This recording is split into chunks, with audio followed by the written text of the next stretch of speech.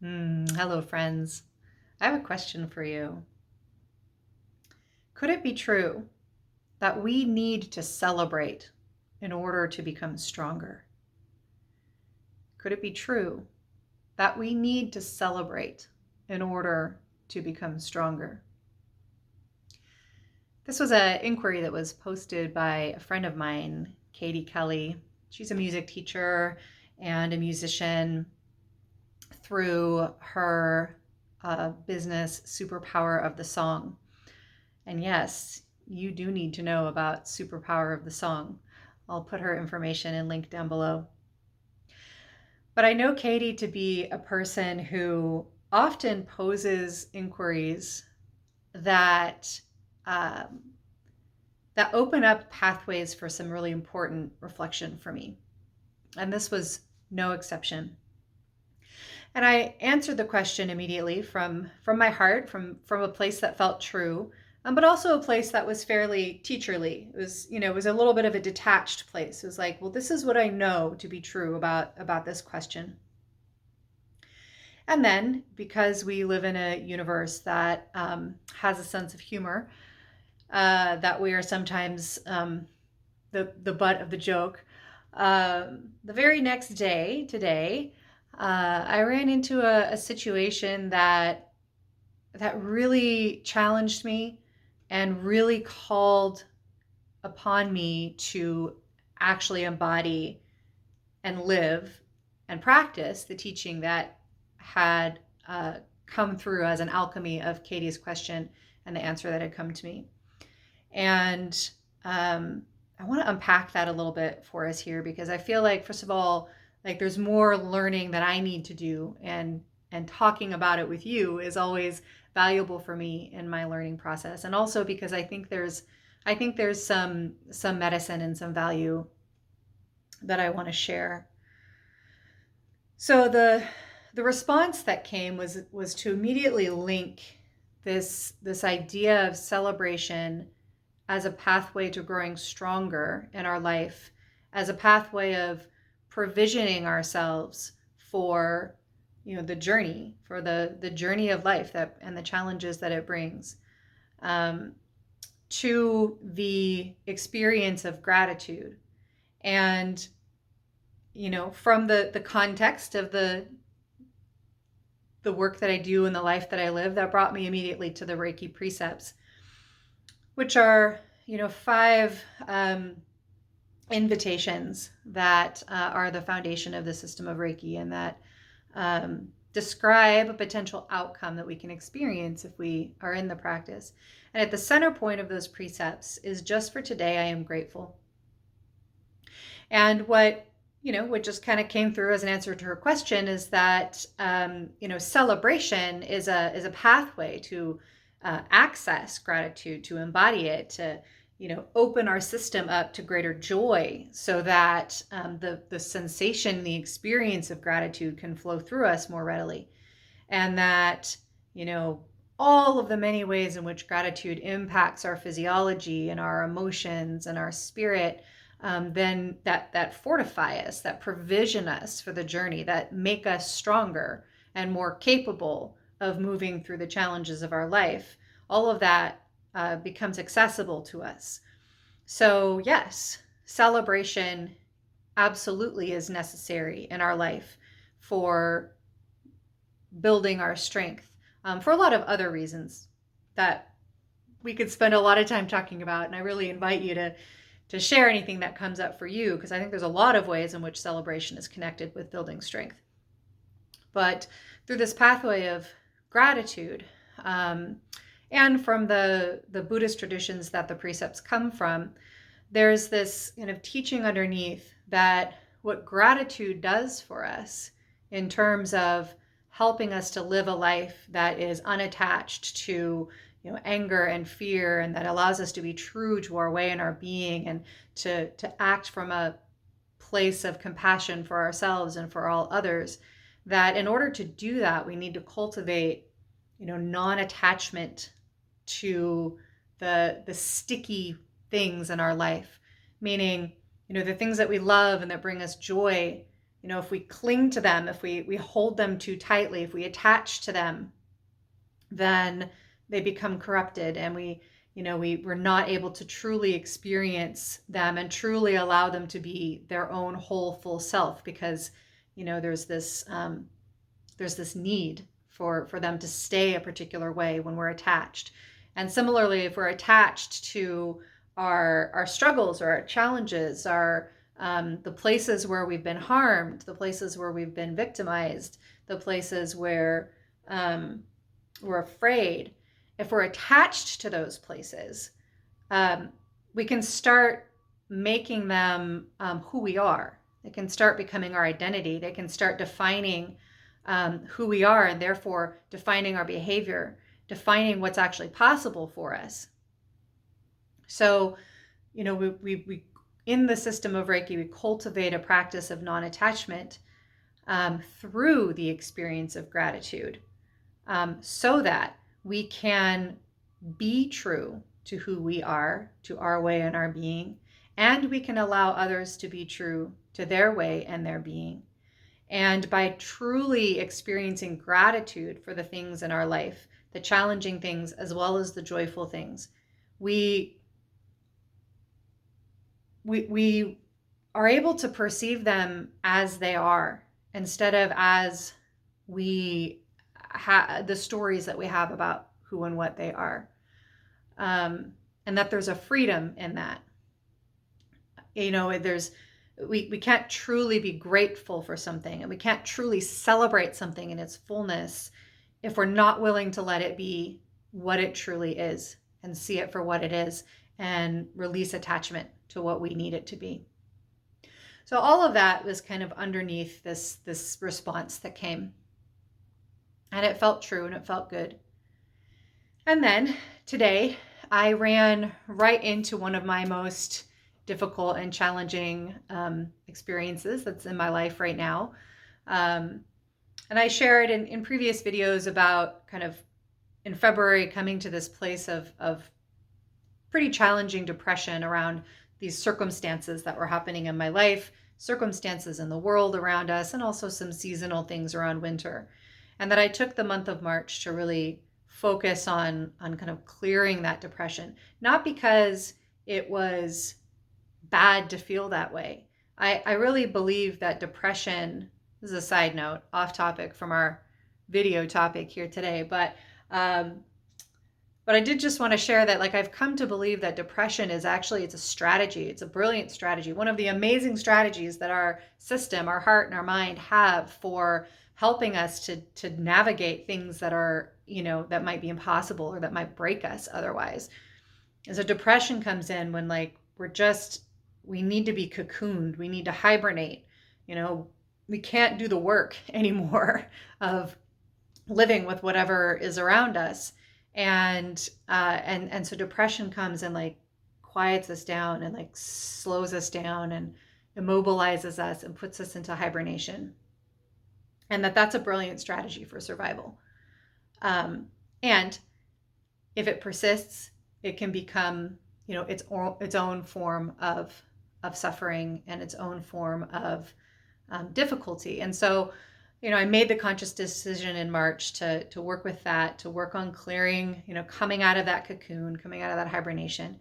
And, the results on the other side is that the depression is cleared. But again, trickster universe. What that means is, like, it's like, all right, back to work on the conditions that were initiating the need to hibernate in the first place. They're still there. So now you can get back to work. So it came up today, and it kind of knocked me down, actually. I felt really knocked down by this circumstance.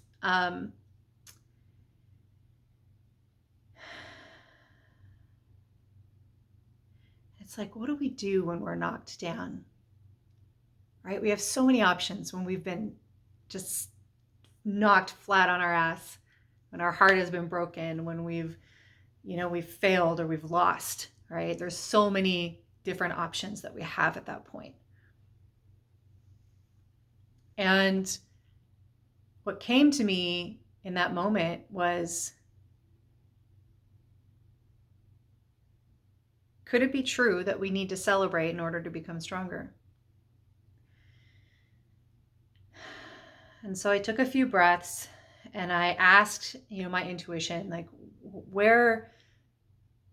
what can I celebrate? Where can I find celebration? And in that moment, I was feeling so knocked down that I couldn't find a place of celebration in my life in that moment. There's plenty of things to celebrate in my life, plenty of things to be grateful for, but in that moment they weren't accessible. And I just got the impulse to go on social media. Maybe that was its own numbing strategy, but that's what my intuition said. So I opened it up and I saw a story posted by another dear friend, Glodean, whose work around bringing love into the world in the most difficult places, in workplaces, in places of injustice, in places of great difficulty, and in the day-to-day, everyday moments of our life, has been really influential for me over the past year or so. Very grateful to be connected with her work and connected with people who, for whom these kinds of things matter. And Glodean was sharing a story that was unfolding in her life in this moment, which is that she had had the opportunity through a series of events to connect with her birth family after being raised by an adoptive mother. And all of a sudden she had found a thread to her birth family. And, she was telling the story kind of in real time as it was unfolding. And the post that I opened in that moment was that she had found her birth father. And she'd found out that he actually hadn't known about her. And now that now that he knows, he's so excited to meet her. And she's going to get to meet him and discover what a relationship with her father looks like now. And it was like this burst of celebration came for me. And I just got lost in it, right? When something really beautiful just comes and you're just like, oh, all of a sudden you're just in it, right? And I was like, oh, Glo, I'm so excited. I'm crying with you. I'm laughing with you. I'm celebrating with you. And she's like, yeah, girl, thanks. It's like one of those moments.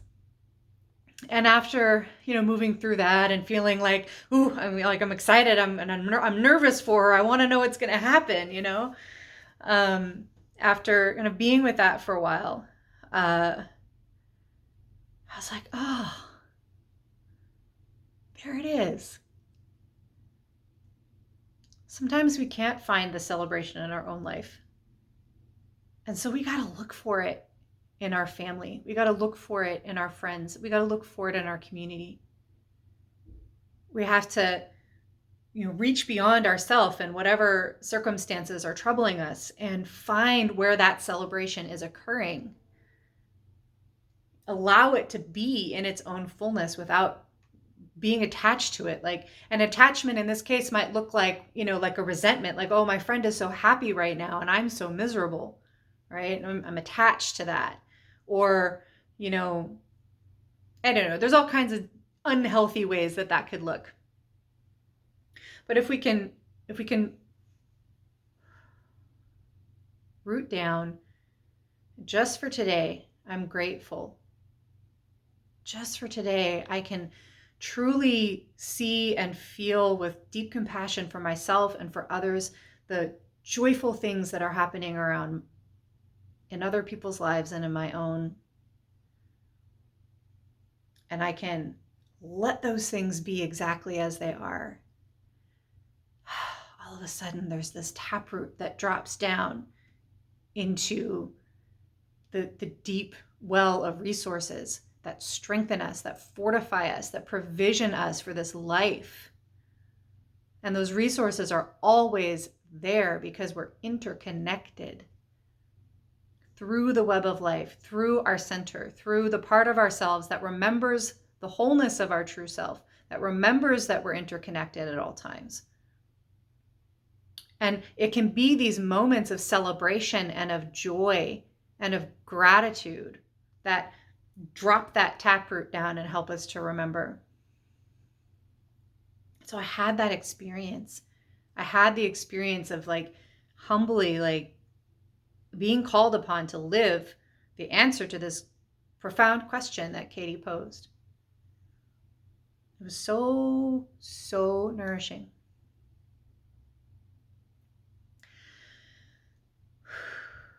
And then, another layer came through in this situation that I'm dealing with.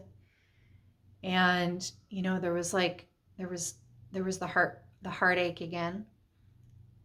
And it was like, okay, where's that medicine of celebration and gratitude? And so I wanted to, talk about what are the strategies that we can use to actually call upon these tools? Because like I said, when I first, experienced this situation this morning, it was like, yeah, I know celebration makes you stronger, gratitude, but I couldn't find it in my own life, right? So I looked outside of myself intuitively, not even intentionally, but intuitively. And I found celebration in a friend. And I got to be with her, right? Compasión. I got to be with her in her celebration. And it brought healing to me, right? And showing up for her possibly brought something like healing to her, that so many people were showing up with her in celebration. And so I got to thinking, what are the other strategies for calling this medicine in when it's not immediately available to us, as it wasn't for me. And so one of those other ways that then was the next thing that happened is that we can draw on the capacity of our intuition to collaborate with the world around us. Now, what do I mean by that? So in our intuition lab this month, beginning of April, we hold a monthly intuition lab where we explore the phenomenon of the intuition and strategies for strengthening the intuition. And the topic that we worked with this month was the way in which our intuition collaborates with the world around us. That when we're really dropped into our intuition and it's guiding us in the direction of our greatest good, which is what our intuition does. I believe our intuition is the voice of our true self. It is the bridge between our whole, full self and the world around us that we're connected with. And so if we're truly dropped into our intuition, we're truly following it, then it will lead us to decisions and actions and outcomes that are for not only our greatest good, but the greatest good of those around us because of that interconnectedness. And so one of the strategies that we can use with our intuition is to really recruit the world around us. And a lot of times that has to do with what are we paying attention to? Are we paying attention to following an impulse, and then do we notice what happens when we follow that impulse? And then, can we mine and draw from what we observe to help inform this decision or this direction that our intuition is taking us in? And so the way that showed up for me this afternoon was, again, kind of working with this heartache situation. I had an impulse to turn on my music, and it was kind of a inconvenient time to turn on music based on what I was doing, but I just turned it on. And the song that came on spontaneously, I don't even know what station I had it programmed to at that time, but the song that came on was George Michael's Freedom.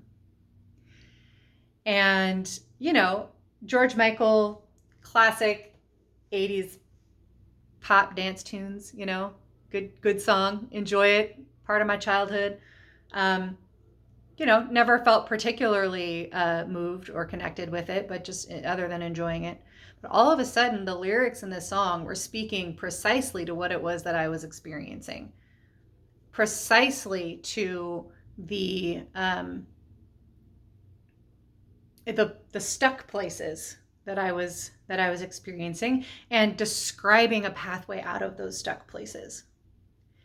And George Michael was talking about something totally different that had nothing to do with what I was dealing with in that song.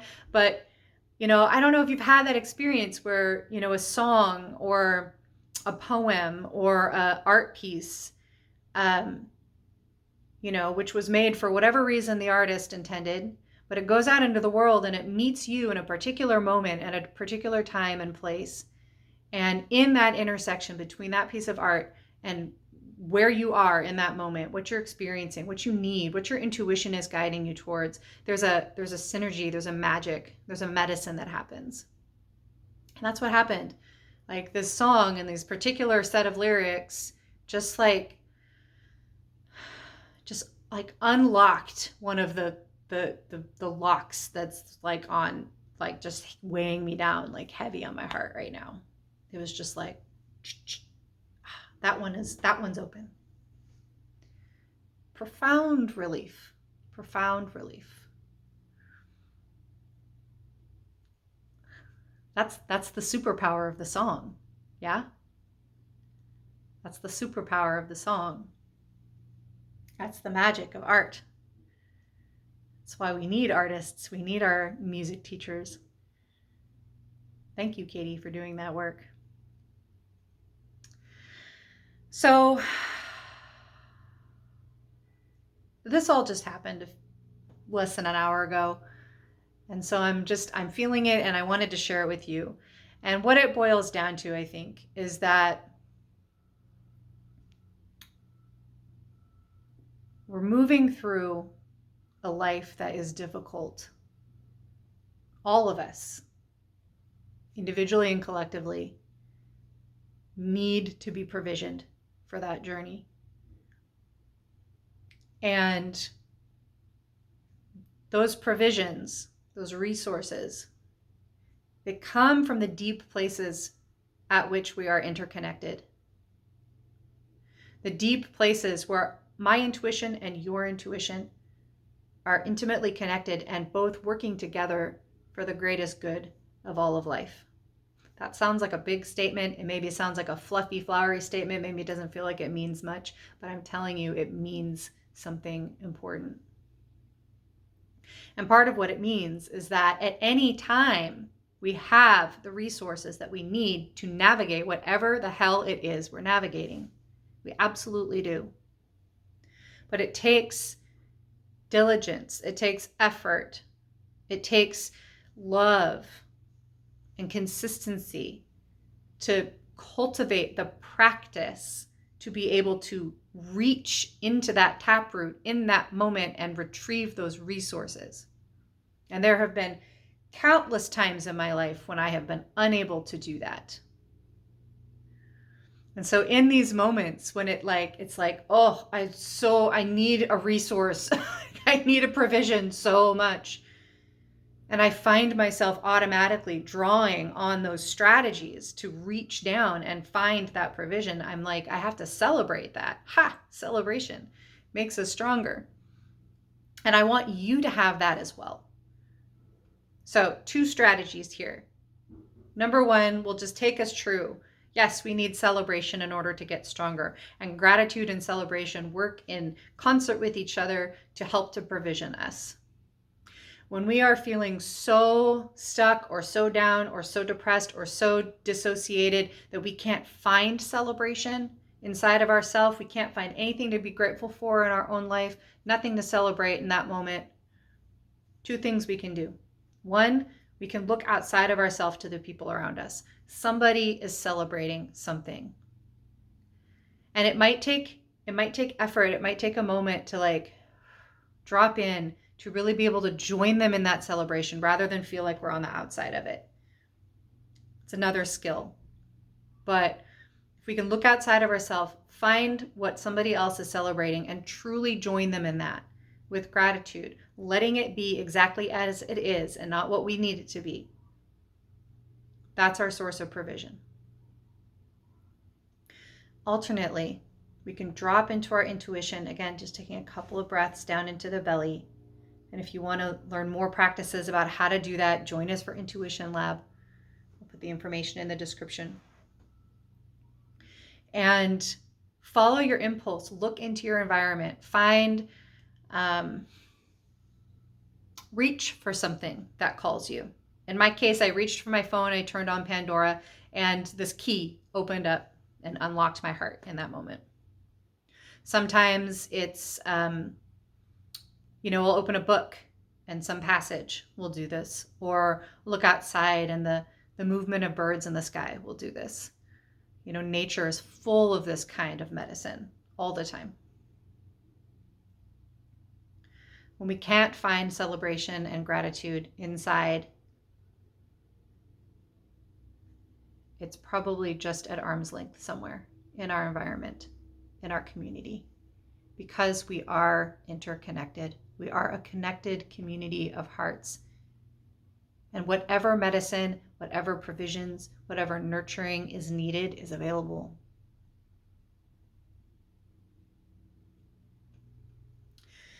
I want to close with a statement that Glodean shared after she shared this story of connecting with her father. And I want to share this statement as a prayer, as an invocation, as a spell. And I preface it that way because the words that are here can be the kinds of words that sometimes I and sometimes we might meet with a certain cynicism. Go, oh, that sounds pretty, but what does that really mean in my life? Or, can kind of meet them as this something superficial or on the surface. But what I'm going to invite us into is to receive these words as a description of the outcome of being in a practice that allows us to connect with the web of life and the resources that are available. To let this be a prayer for a prayer in service of each of us being provisioned in the ways that I'm speaking of. Okay? So just take a breath.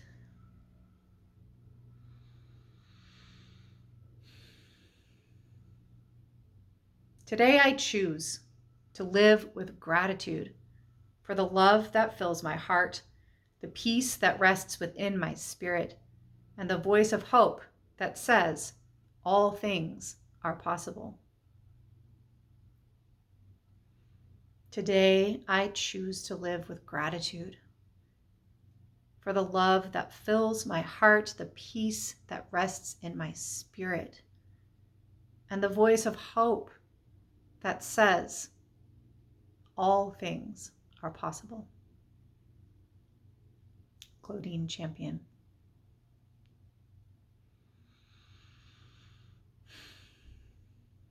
I hope there's been something here for you today. I hope that you find something today to celebrate. It's a beautiful day. May you be provisioned for this journey. Love you. Goodbye.